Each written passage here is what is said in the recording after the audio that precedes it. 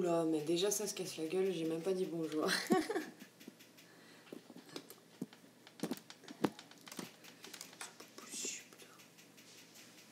C'est bon, vous êtes bien installés? Bonjour.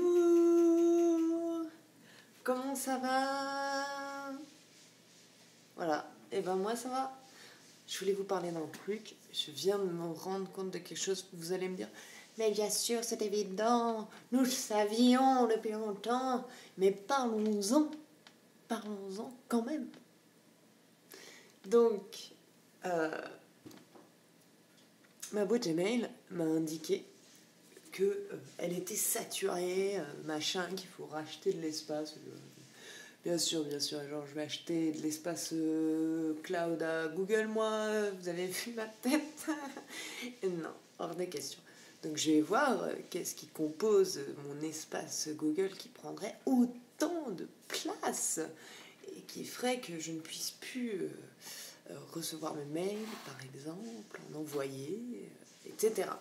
Et je vois que 90% c'est des photos. Photos Google sur mon espace Google. Jamais. Je n'ai pas de photos sur mon espace Google. Enfin, ce que je sache, je n'utilise pas mon espace Google pour y mettre des photos.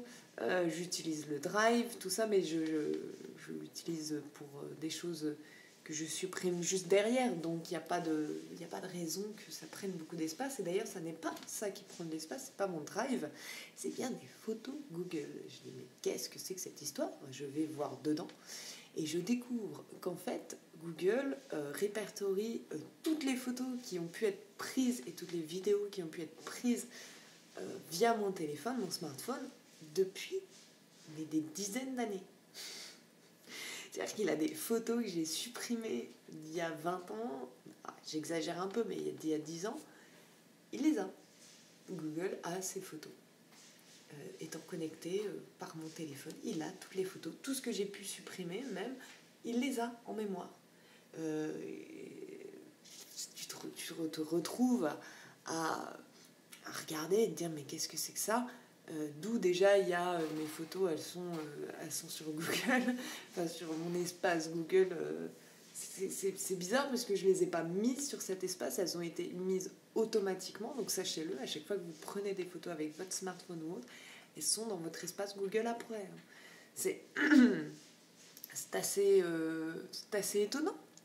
Et puis du coup, tu te retrouves avec des photos de genre il y a 5, 10 ans, et tu es là, mais pourquoi il y a des photos de mon ex?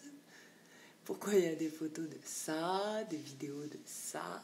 J'avais supprimé sur mon téléphone, mais quand tu supprimes sur ton téléphone, ça ne supprime pas sur Google. Google, il retient. Google garde.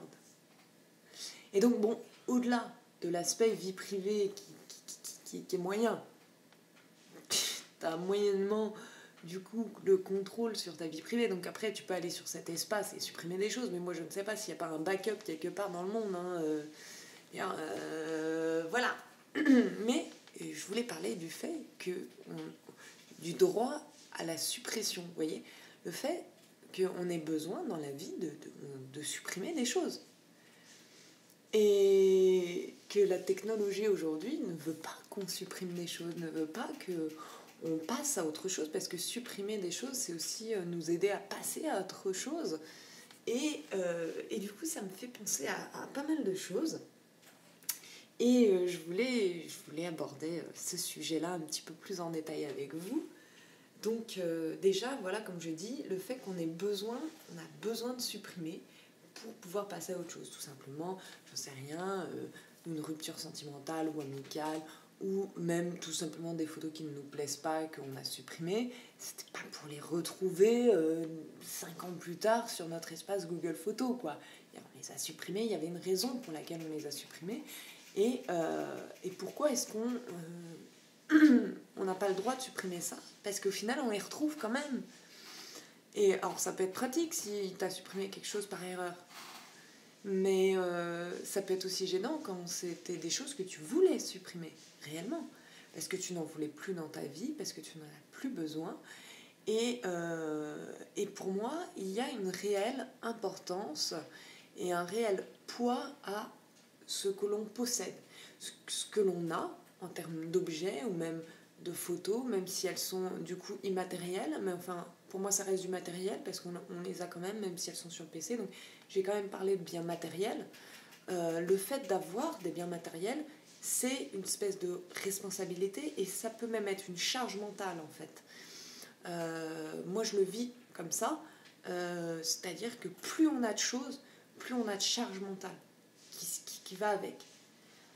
Et plus on doit penser à ces choses et à ces objets et à ces possessions en fait. Et plus ces possessions deviennent importantes et prennent une place importante dans nos vies.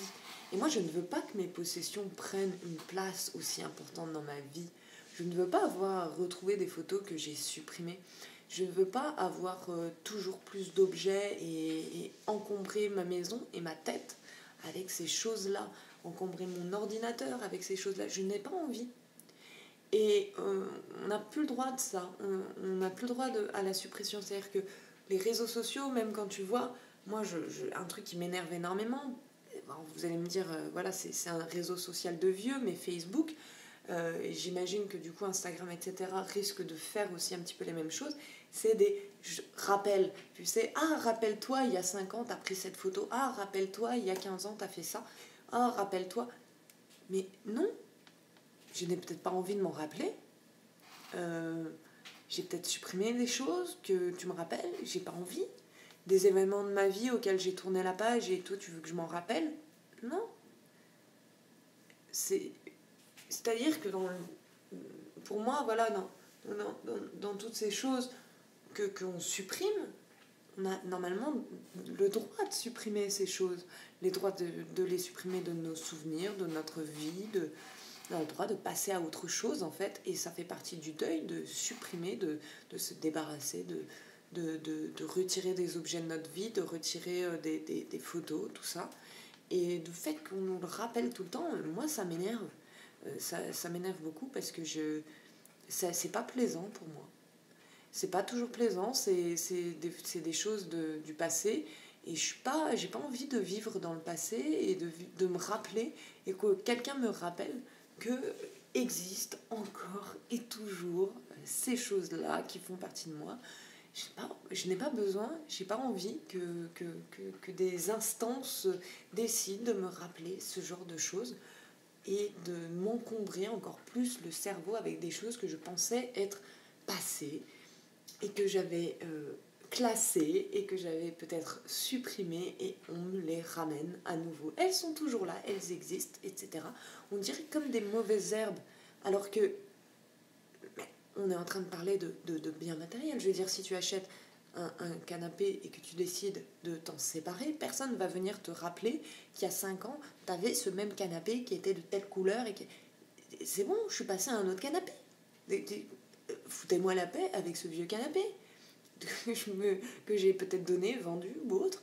Je n'ai pas besoin que quelqu'un me rappelle qu'il y a 10 ans, j'avais un canapé bleu, machin. Foutez-moi la paix. Puis après, toi, forcément, ça va te rappeler à des choses, des souvenirs. Qu'est-ce qui s'est passé sur ce canapé, les gens que j'ai connus à l'époque où j'avais ce canapé. Enfin, je sais pas, plein de choses. Et on est passé à autre chose entre-temps. On n'est pas resté il y a 5 ans, on n'est pas resté il y a 10 ans. Et ces choses-là, normalement, notre cerveau, il a fait le tri, on a avancé. On a avancé dans nos vies, on a avancé dans notre réflexion, on a fait nos deuils. Et on est maintenant dans le présent et on est dans autre chose. Pourquoi on doit toujours se rappeler de ce genre de choses-là? Et donc, on nous rappelle constamment, tout le temps des trucs du passé. Et moi, je trouve que c'est encombrant. C'est encombrant pour le cerveau, c'est encombrant pour nous avancer dans nos vies, vivre au présent. Ça nous empêche tout ça, je trouve. Et ça me rappelle donc des choses que j'ai mis du temps à comprendre. Mais si vous voulez, je sais pas si... Je pense qu'on a tous autour de nous des gens qui soit sont comme ça, soit ont été comme ça. Et entre autres, je pense aux générations d'après-guerre, ce qu'on appelle aujourd'hui les boomers, mais c'était des baby boomers à l'époque. Et si vous voulez, eux ont vécu la guerre et ont vécu le manque. Et du coup, après ça, ils ont vécu aussi ce qu'on appelle les 30 glorieuses et tout ça. C'est ce moment où il y a eu une espèce d'apogée, de technologie, d'abondance des produits, d'abondance de nourriture, d'abondance de technologie, d'industrialisation, etc. du monde. Et ces personnes, du coup, ont beaucoup acheté et aujourd'hui sont toujours dans cette logique de posséder beaucoup de choses, de ne jamais rien jeter, de ne jamais se séparer de rien. Et dès qu'ils vont voir une promotion quelque part, ils vont la prendre. Dès qu'ils vont voir un objet, machin, un truc, ils vont le prendre. Et ça donne des... J'imagine, vous devez avoir aussi peut-être des grands-parents, s'ils sont encore en vie, qui ont des maisons remplies de plein de choses qu'ils gardent et qu'ils stockent et qui ne sont pas essentielles à leur vie. C'est pas quelque chose qui est essentiel à leur vie ou à leur bonheur. Mais par exemple, des boîtes, une grande boîte vide avec à l'intérieur plein de boîtes vides, des sacs avec à l'intérieur plein de sacs, des armoires remplies de vêtements qu'on n'utilise pas parce qu'on n'arrive même pas à aller voir jusqu'au bout de tous les vêtements qu'on a. Ce genre de choses, parce qu'à un moment donné, il y avait une promotion sur les Tupperware, à un moment donné, il y avait une promotion là-dessus, etc., etc. Et on prend, et on prend, et on prend, et on accumule, et on ne jette rien, et on garde.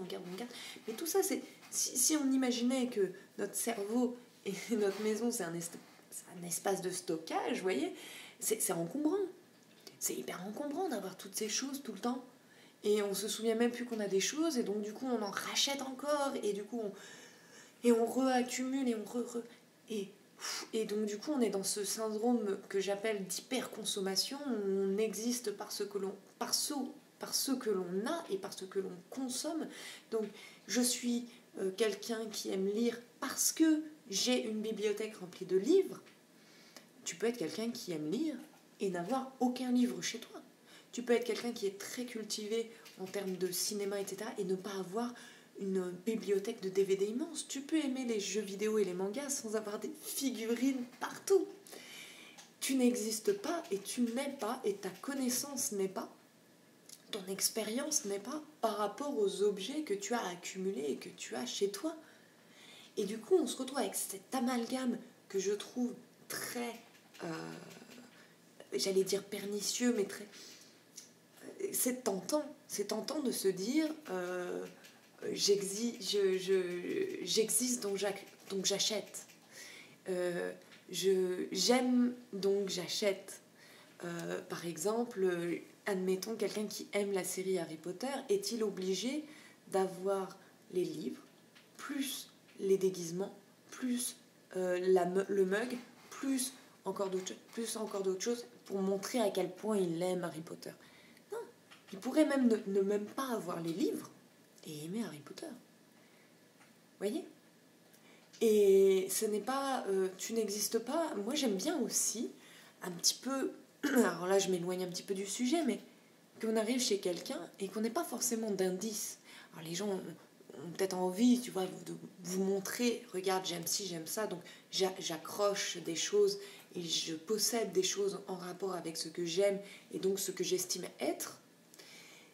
Et si on enlève tout ça, et que tu vas chez quelqu'un et son appartement, c'est des murs blancs. Et il n'a pas plein de goodies et plein de choses. Et bien, c'est intéressant, parce que c'est aussi mystérieux.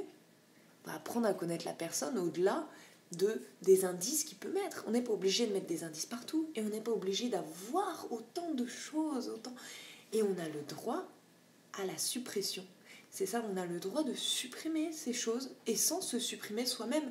Ce n'est pas parce que je me sépare de tel objet que je ne suis plus, que mon expérience n'est plus, que ce que je suis devenue par rapport à cette expérience n'est plus. Ce n'est pas parce que je supprime des photos d'il y a 5 ans que je ne suis plus la personne que je suis aujourd'hui grâce aux expériences que j'ai vécues il y a 5 ans, parce que je suis forcément le fruit de ces expériences, de ces deuils, de toutes ces choses.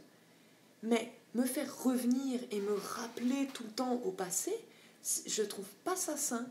Parce que il faut savoir vivre dans le présent et peut-être un petit peu se projeter dans le futur. On est, comme je disais, le fruit du passé, mais on n'est pas le passé. Et on n'est pas obligé de nous ramener tout le temps à ces choses-là, d'autant qu'on avance, on expérimente d'autres choses, on vit d'autres choses, on est autre chose.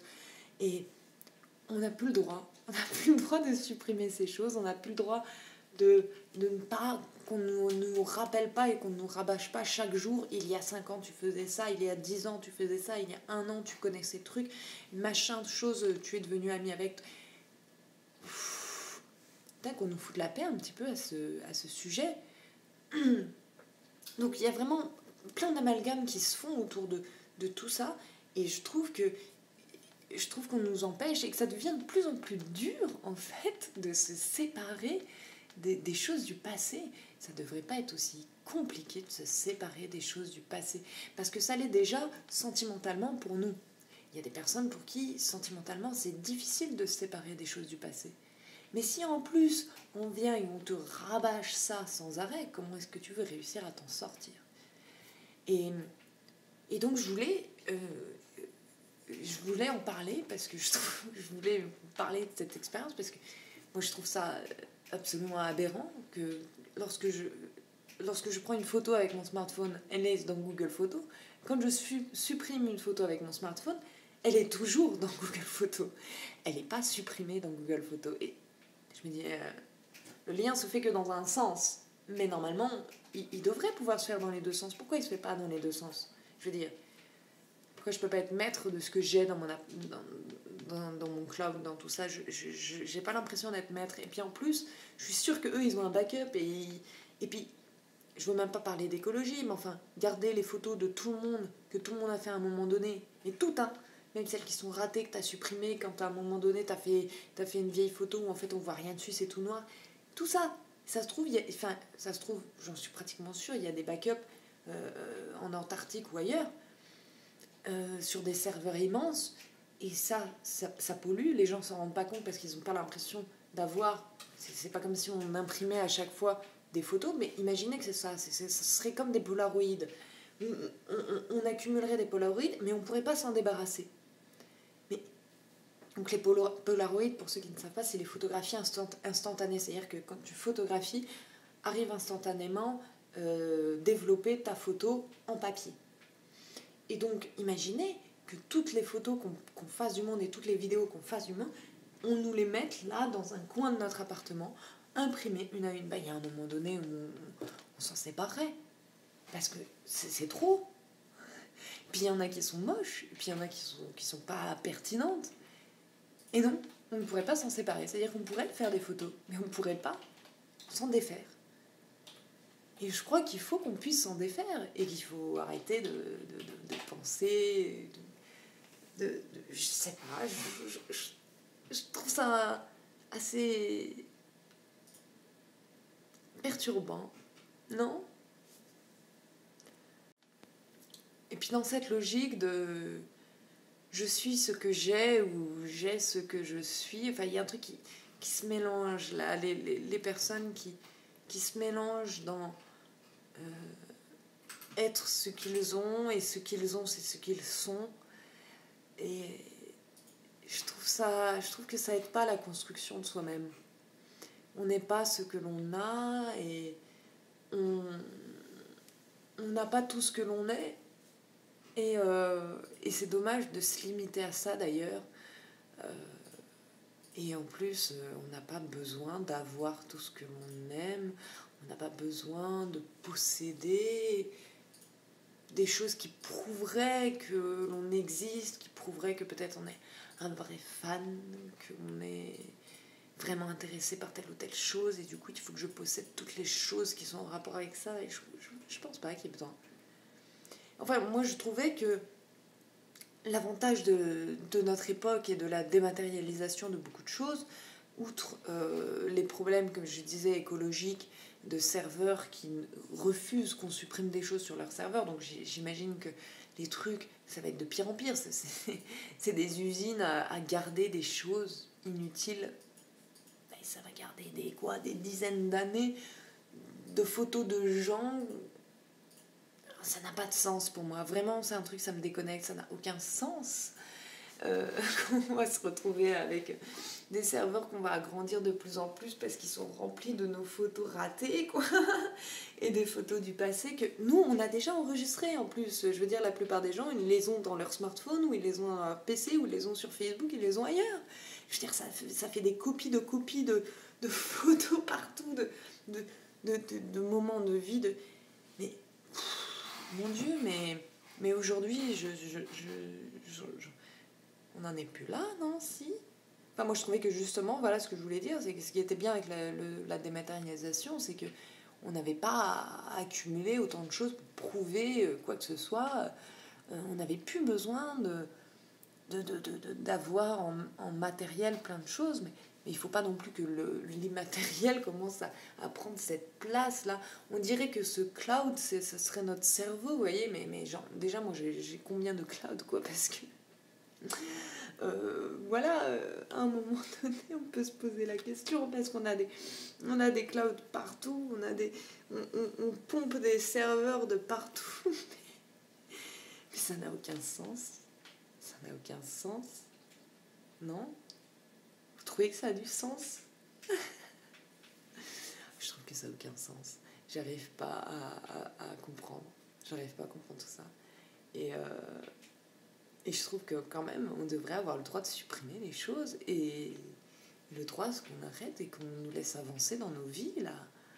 Et ouais, et arrêter d'accumuler des choses. Et alors, il y en a beaucoup aussi qui accumulent des choses du passé, mais le passé est passé. Et il y a des historiens qui sont là, il y a des musées qui sont là pour les choses du passé. Si vous voulez voir des grippins des années 70, vous allez dans un musée, c'est très bien. Il n'y a pas besoin que votre maison soit un musée, ou un garde-manger, ou un garde-meuble, ou un garde je sais pas quoi. C'est censé être votre maison. Et votre maison, c'est pas essayer de mettre en matériel tous les aspects immatériels de votre esprit, quoi. C'est pas essayer que chaque partie de votre caractère soit visible. Il n'y a pas besoin, t'imagines un petit peu. Donc tout ce que j'aime, je dois le posséder et le montrer. Et si je le supprime, c'est comme si je supprimais des choses que j'aime et donc des choses que je suis. Mais on ne peut pas supprimer qui on est. Tu peux supprimer qui tu es et ce que tu aimes parce que tu te sépares d'un mug, parce que tu te sépares de certains objets. Je pense pas. Je pense qu'on est beaucoup plus fort que ça, on est beaucoup plus au-delà de ça, non? C'est très bizarre. Est-ce que vous avez remarqué, est-ce que vous avez connaissance que toutes vos photos, ratées ou pas, elles sont dans un espace Google? Est-ce que vous avez essayé de les supprimer? Est-ce que vous avez été étonné peut-être de ne pas pouvoir les supprimer?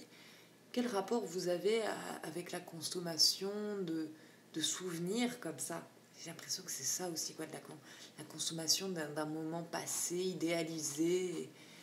Et est-ce que ça vous empêche pas d'être dans le présent et de vous projeter un petit peu aussi? Comment ça se passe pour vous, ça? Dites-moi. Sur ce, je vous laisse. Je vous embrasse très fort. Et à très vite. Plein d'amour. Plein d'amour. Et donc là, typiquement, toutes les vidéos que j'ai faites pour pouvoir enregistrer ça va être enregistré dans mon smartphone, ça va être enregistré dans le Drive, après ça sera dans Google Photos, et même quand je supprimerai de mon smartphone et du Drive, ça sera encore enregistré dans Google Photos. Il faudrait que j'aille manuellement le supprimer, mais j'imagine qu'il y aurait toujours un backup, je sais pas où, dans un serveur qui enregistrerait cette vidéo. Et en plus, derrière, je vais le publier sur YouTube, etc. Donc du coup, eux-mêmes vont avoir un backup du backup de machin. Et franchement, on s'en sort plus là. C'est vraiment... Cette vidéo aura fait le tour du monde, même sans faire aucune vue. Mais on est où?